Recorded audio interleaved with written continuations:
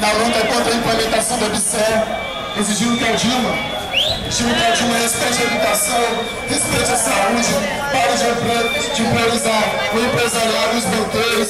Então todos os lutadores, estudantes, funcionários públicos, professores da rede pública estadual e municipal, aqui na luta, aqui entidades sindicais, entidades estudantis, centros acadêmicos, partidos políticos na luta pela defesa da educação pública, gratuita de qualidade, por uma saúde que atenda a população, por um hospital universitário que ainda seja de referência nos seus serviços. Esse é um abraço simbólico. Você que está passando, se soma essa luta. É uma luta que é de todo mundo, da sociedade, dos trabalhadores do Brasil, que precisam utilizar esse serviço. E está cada vez mais difícil o acesso à saúde, está cada vez mais difícil o acesso à educação. Enquanto isso, a gente vê os dados aí do desenvolvimento das escolas. Nós vemos aí qual é a educação que cresce, não é a pública, é a privada. São os tubarões do ensino que estão sendo priorizados, são as grandes clínicas que ssão priorizadas,